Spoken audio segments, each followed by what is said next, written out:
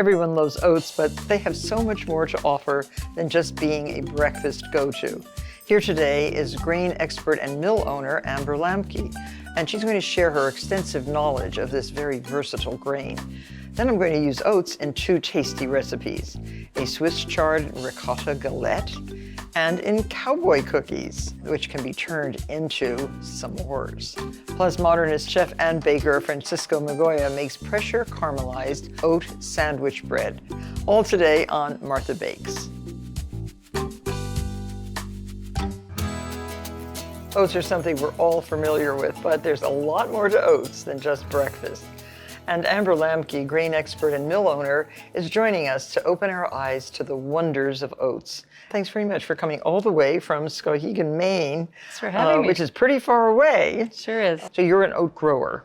So I am an oat miller. I work with about 36 different farms that grow organic grains for us to supply our mill in central Maine. We started conversations at the grassroots level between farmers, researchers, oven builders about how we might revive New England's lost grain economy. And one of the key missing pieces we discovered was milling. So oats are beneficial on farm systems for lots of reasons. So do you have a modern mill or do you have an old-fashioned mill? The mill that we're using in our mill is actually a lot like this tabletop version, only it's got a 4-foot diameter millstone in milling machinery that we got from Austria and has just started to be made again in the United States. Oh, great. Grain actually is a beneficial crop on farms, particularly those using organic systems, because they smother weeds naturally. Yeah. And when you return that whole plant and the stalk and the hulls into the soil, it brings carbon back into the soil that will hold water. And oatgrass is really pretty. It has these beautiful nodding heads. That's right. So this is the oat as you would see the grass in the field. And a little bit about the anatomy of oats, you end up with oat hulls that you see here. This is the indigestible part of the oat that has to be removed in our mill before you can get to the edible part on the inside. That's the edible part, just that little seed. That little seed on the inside is called a groat. And so once you remove all that hull and chaff, this is what you end up with. This is called an oat groat. An oat groat. And oat groats are wonderful, prepared both in sweet and savory fashion. They're a rice alternative. And then once they're cleaned, we sort them on a machine called a gravity table, which takes all these broken pieces of oat groat out. Oh, okay. Because what we're looking for is we're looking for a whole plump oat groat to flatten into a rolled oat. Oh, I see. So we take the broken ones out and they end up cooking up a lot like a steel cut oat. So we sell these as well. That's my favorite way to cook oatmeal is using these. Yeah, we call them cracked oats. And if you were to take these small broken pieces and run them through the rollers like we do the rolled oats, you'd end up with a smaller piece that looks a lot like a quick oat. Oh, I see. But these, to roll them, don't you have to soften them somehow? That's a great question. So actually there's two ways to mill oats. And in much larger scale operations, you'll see oats being steam treated. So if you steam this groat, you soften it up, and then you can flake it. And there's two reasons for that, both the softening effect, but also the steam will denature the fats and oils in the oat to give you a longer shelf life. Oh, I see. We are dry rolling our oats, so we're not steam treating them. It gives us a 6-month shelf life instead of a 12-month shelf life, but we think that it preserves the sweetness and the intense flavor of them. How many tons of oats do you mill?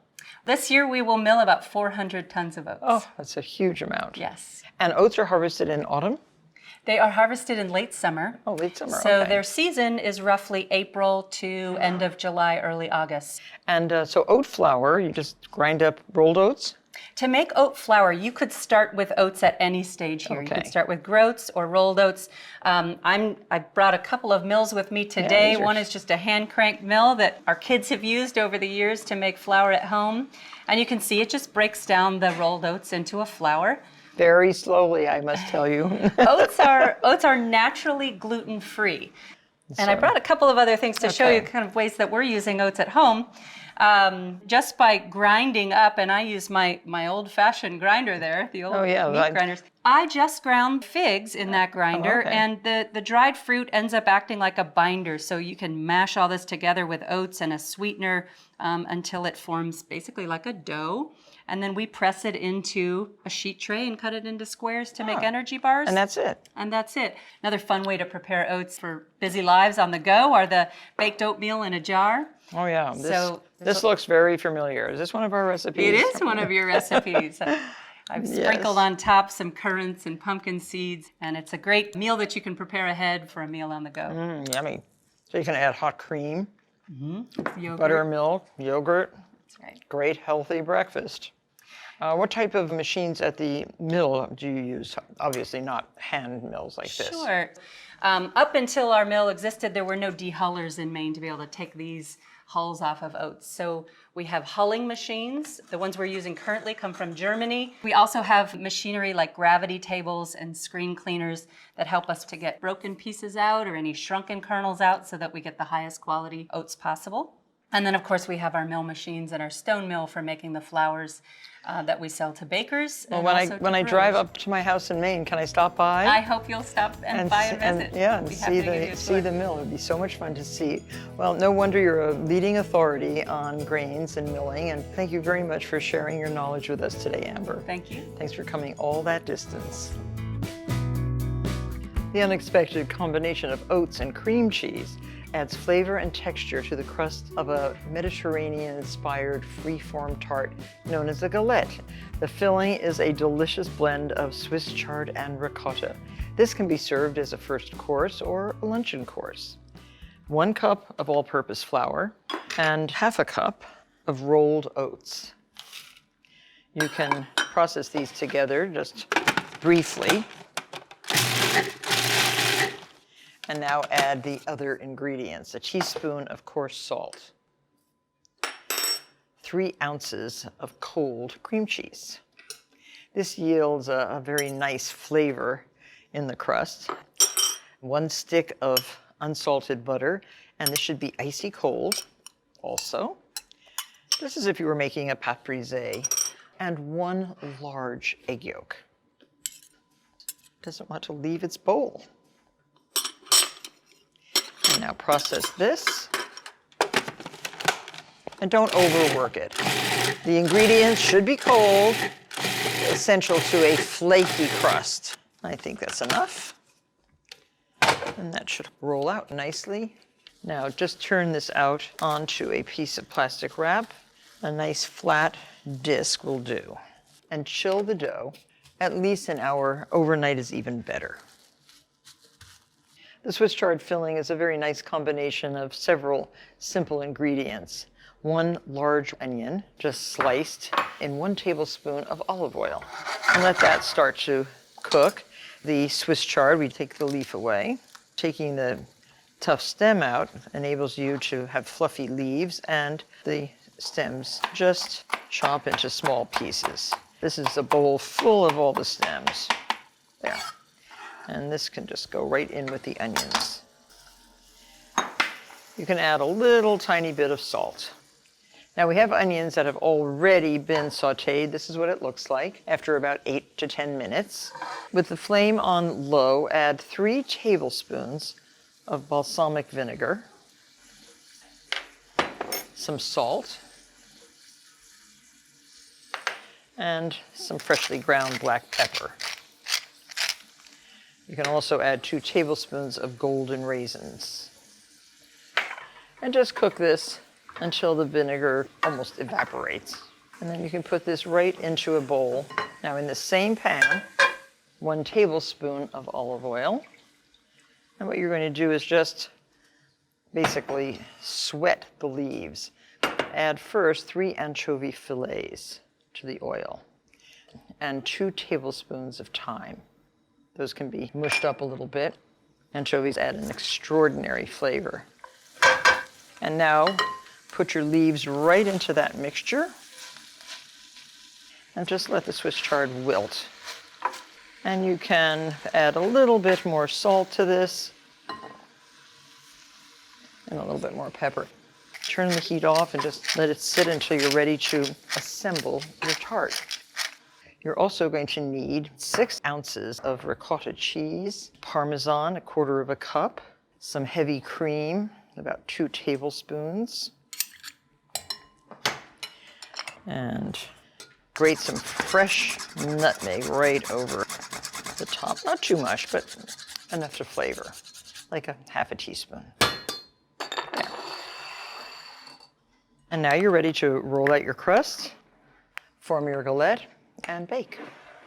So I've unwrapped our crust. I'm rolling it to about 15 inches. Put this on a baking sheet, like that. And now put all the onion right in the center. Your oven should be preheated to 375. So spread this, then your cheese. The cheese adds just an additional texture, flavor. It's very good. And now your Swiss chard. Pile that right on top. There. And then pleat the pastry, sort of like this. This is a galette. And now, so it keeps its shape, chill in the freezer, if you have a freezer large enough, for about 15 minutes. So here's our tart, our galette. Mix 1 egg yolk with a little bit of heavy cream. This makes a nice, rich glaze for your tart. And just brush carefully all over the pastry. Don't drip into the filling.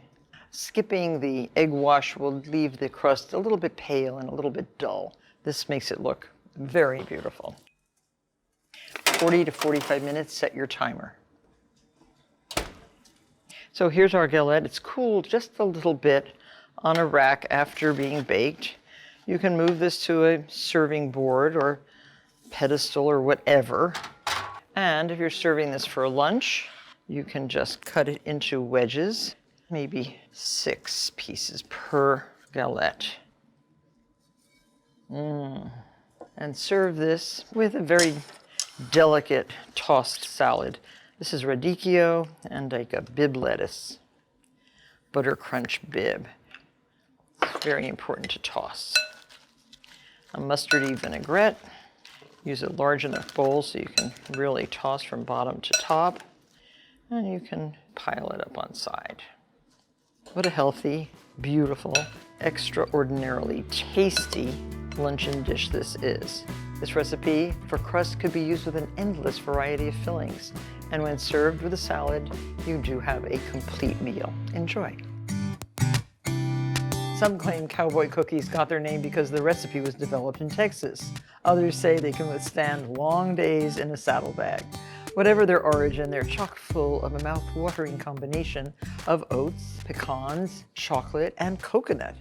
First off, cream 1½ sticks of butter until pale and fluffy with 3/4 of a cup of light brown sugar, packed of course. Also add a ½ cup of granulated sugar.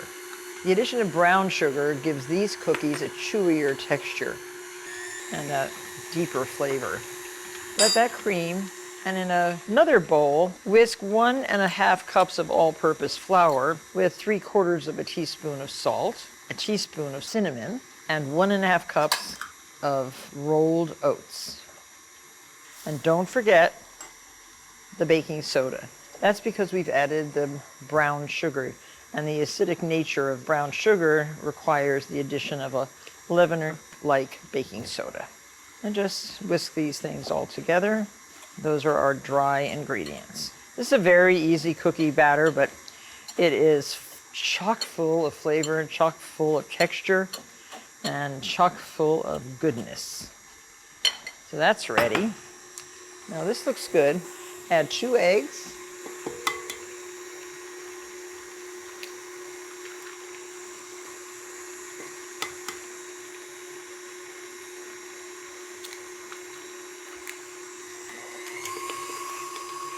And a whole teaspoon of good vanilla. We have 1 cup of pecan halves that are coarsely chopped. We have semi-sweet chocolate, 6 ounces. You can use semi-sweet or bittersweet. And 1/2 cup of unsweetened shredded coconut. Hold that until you add all your dry ingredients. There's no milk or liquid, so add this slowly so it can incorporate into the butter sugar. You see, it's really a nice thick but moist batter. Add your coconut, your pecans, And this batter can be made yesterday for today. Actually, a lot of people are saying to make your cookie dough a day or two in advance of baking so the flavors really can shine. You can also freeze cookie dough, and I'm adding the chocolate, big chunks of bittersweet chocolate. And that is it. There, I don't want to break up the chocolate too much. And we'll scrape everything together. And at this point, preheat your oven to 350 degrees. Now I have 3 baking sheets lined with parchment paper. 3 because this recipe makes somewhere between 16 and 17 cookies. And I'm using a 1/4 cup ice cream scoop, 1/4 of a cup. So just fill it like that. Place 5 or 6 cookies per sheet. Using a scoop, of course, gives you a uniform sized cookie, which is nice. Using an offset spatula like that, you just want to flatten it a little bit. You can use your hand. Very dense, very heavy. Pretty pretty. We're going to need 2 ovens or 3 racks.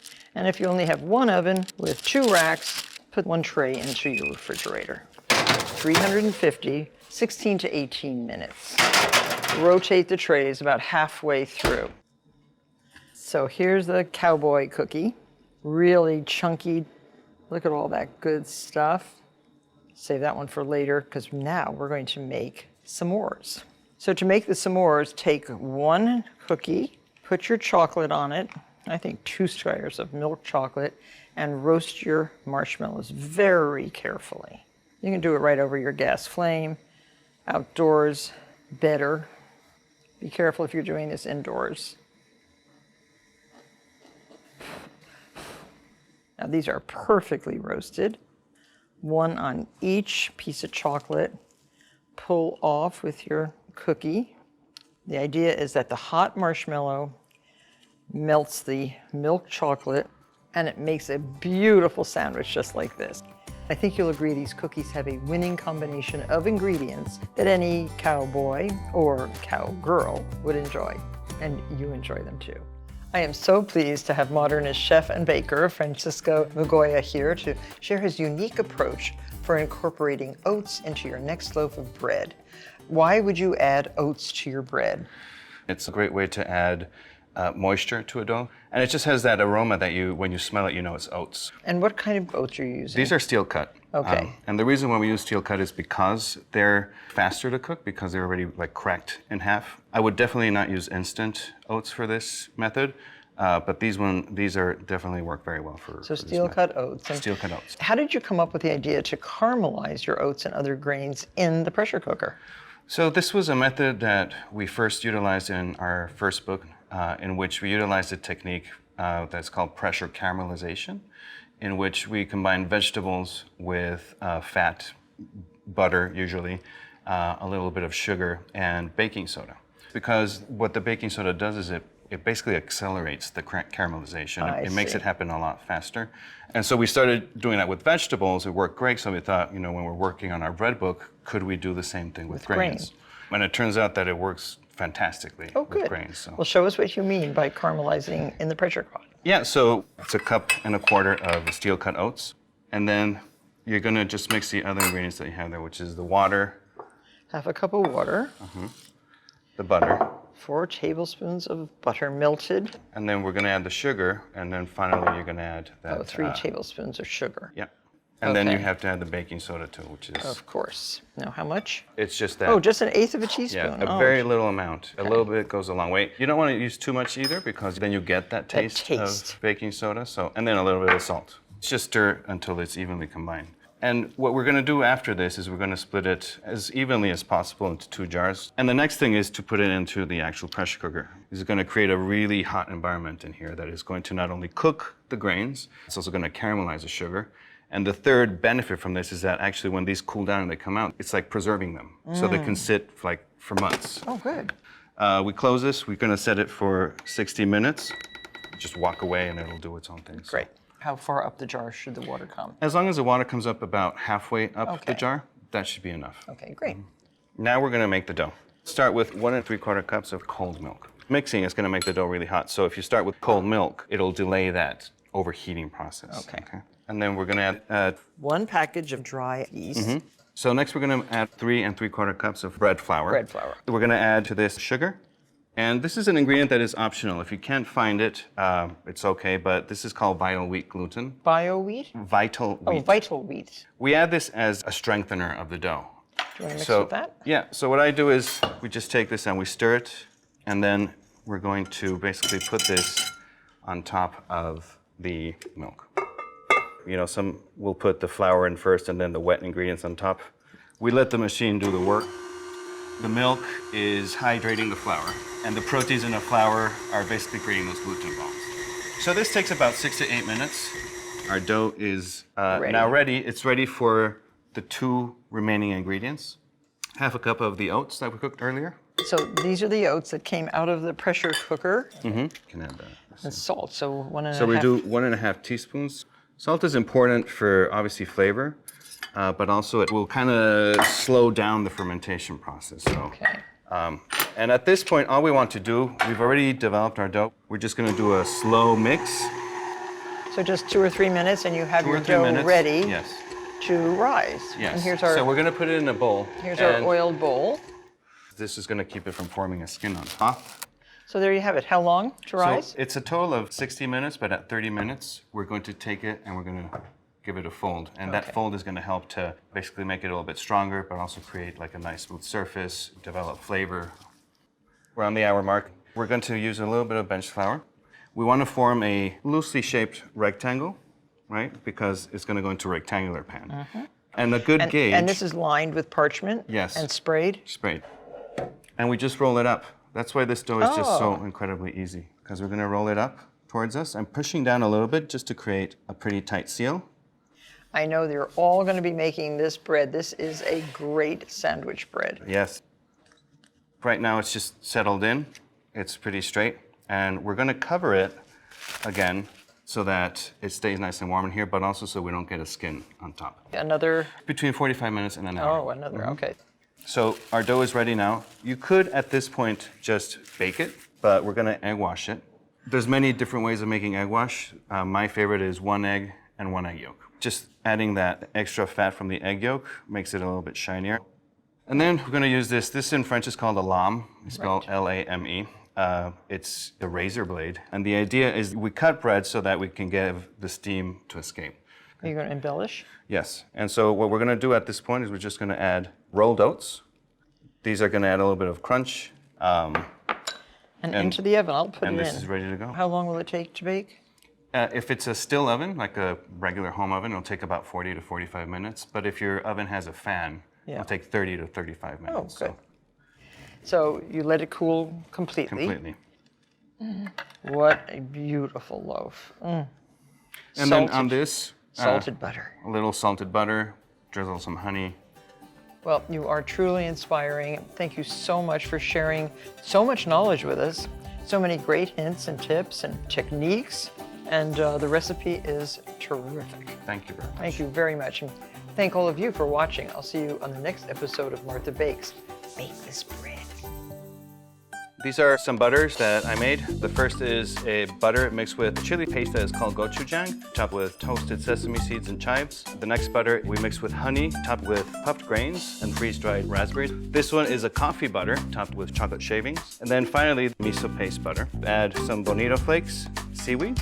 I'm going to finish this with Japanese condiment that's called sashimi togarashi, which is chili powder, ginger, and a little bit of orange peel. The limit is just in your imagination, so give it a shot.